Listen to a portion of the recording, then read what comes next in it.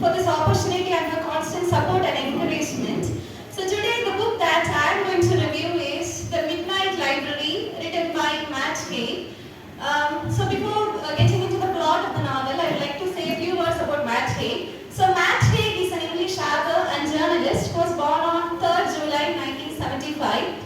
So he is famous for his children's novels, and he also writes, he's also won many awards, and he is famous for his many books, which is well known among children and also among adults. So most of us might have regrets in our life, right? Regrets means that is feeling sorry for something that we did, or either feeling sorry for something that we do not do.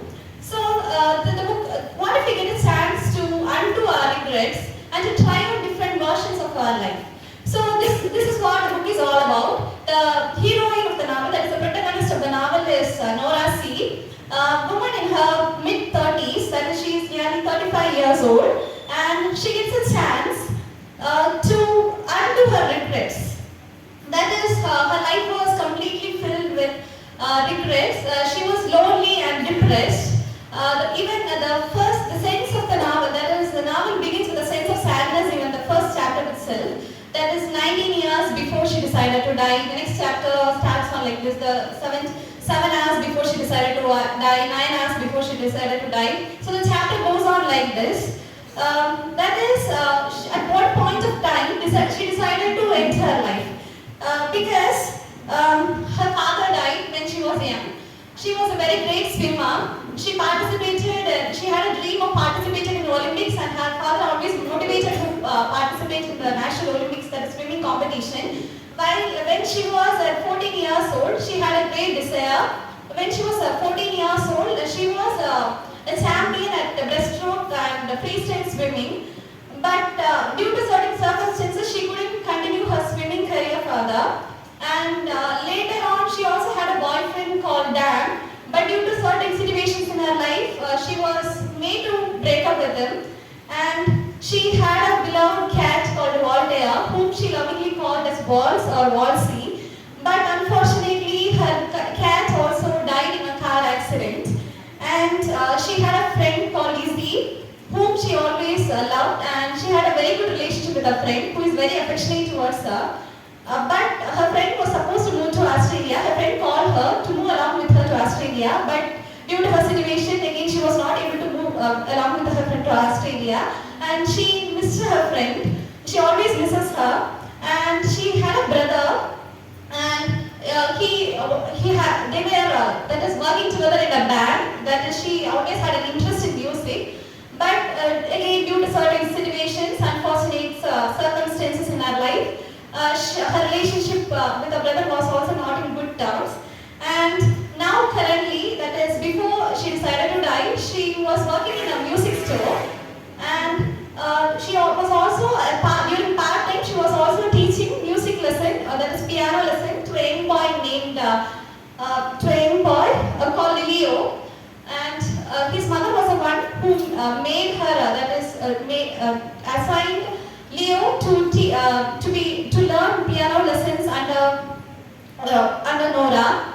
So, but due to that is not a perfect time schedule, due to her time schedules and not a correct timings, she was fired from her job, and she also was not able to teach piano lessons to Leo, and was made to discontinue from that. So at a point of time, she thought that there was no one in her life. She felt completely needless, and one of her neighbor used to collect pills. That is, she was the one who used to collect pills for one of her neighbor, and even the neighbor told her that she is no longer needed to collect pills for her. So at a point of time, she thought that there is no purpose in living, there is no meaning of life. So she decided to end her life by consuming, that is, she ate overdose of pills and decided to commit suicide. So suddenly she found herself in a strange place. She had no idea where she was. When she woke up, she was in a strange place completely filled with the shelves of books, and there she found a librarian who was the same librarian in her old high school. The librarian was called as Mrs. L. So she approached Mrs. L and asked what was going on, because she had no idea what was going on.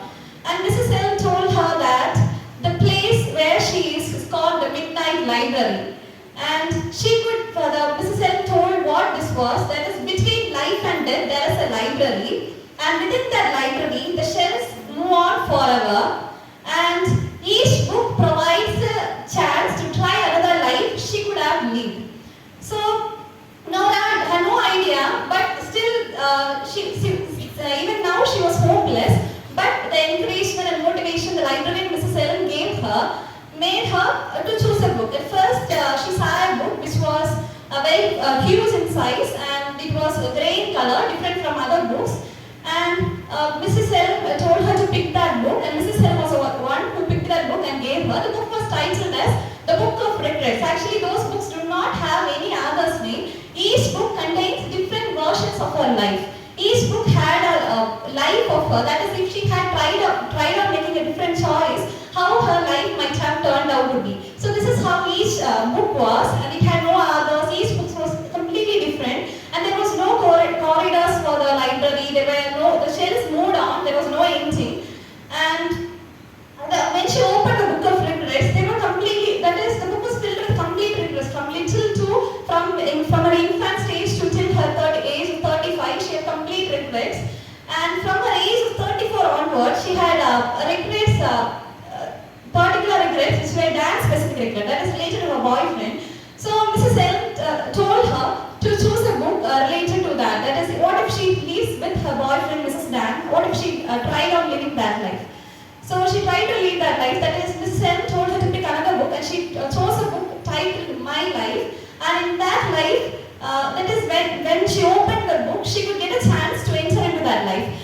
She could not, when she enters into that life, in that book, she will not know what had happened in the past. She will only get a chance to read the consequences of that life which she had entered into.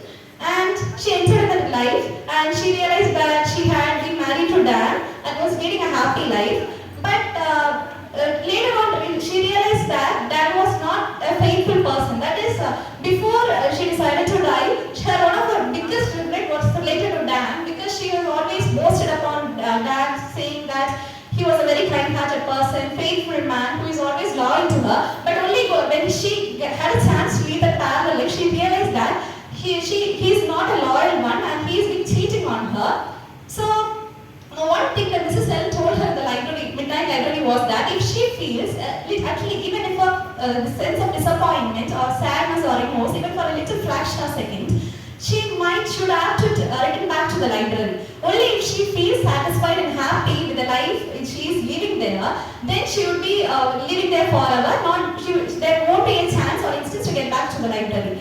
So when she went there and her life with Dan was not that satisfied, she felt a sense of disappointment and was not happy with her life. So she instantly got back to the library. And next, the book that she chose to live on was related to her cat. That is, she was completely disappointed and had a regret that she was not a good pet cat owner. She was not good a cat owner, so she decided to live that life. So she opened another book and lived that life. So the first thing she called or said when she entered the book was Walsey. She lovingly called her cat as Walsey and Waltz. But the cat was found to be nowhere. It was lying still in a place. So it was when she realized the cat was no more, it was dead. So she realized that only later on she found that her cat had a chronic disease called restrictive cardiomyopathy. That is, it is a heart disease which it had since it was born itself. So here also she had a sense of disappointment. She was not happy, and she returned back to the library. So she was asking Mrs. Ellen, why did you send me back to the library when you know that my cat would be no more? So Mrs. Ellen said a quote here, that is, you could learn something only if you live. So if Mrs. Ellen had told her that there is no use of feeling regret over your cat, she would not have realized or felt that. Only because she went there and noticed that the cat's death, she realized that there is no use in regretting over her cat's death, because in her own life, in her original life, the cat died over a car incident, that is car accident suddenly. So there is not much pain to the cat, but because of the chronic died. So it gave much pain to her. So each time she returns back to the library, she opens the last pages of the books of regrets. This is a huge book that first Mrs. Ellen gave her, and the regrets, each regret that was instilled in the book of regrets will be started erasing after she enters into the parallel life. Similarly, she tries on different parallel lives, like in another life she will be moving to Australia along with her friend Izzy. Actually, her friend's name was Isabel, which she lovingly called as Izzy. And when she lived a happy life even in that book, that is, she lived happily with her friend Izzy. They shared a very affectionate bond.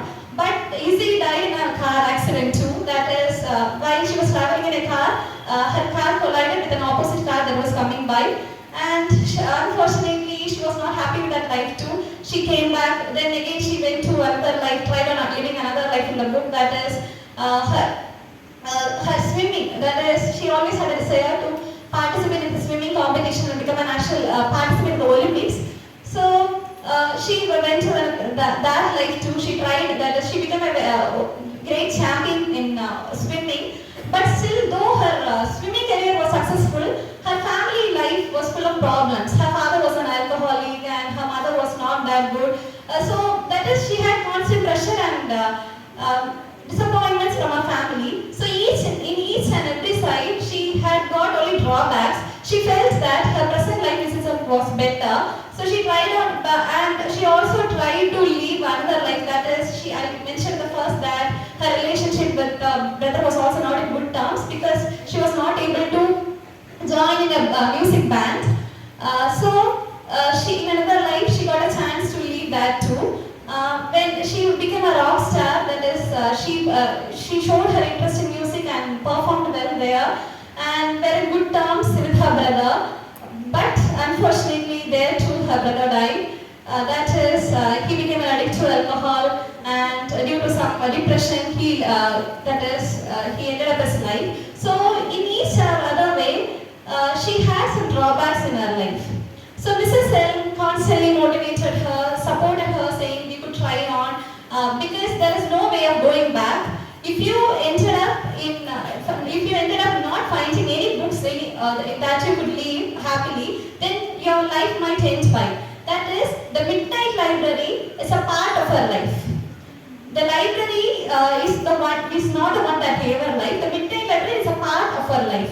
So if she is not alive in her root life, then there won't be any Midnight Library itself. So she had no idea what to do. She continued to explore different lives by going into the different books.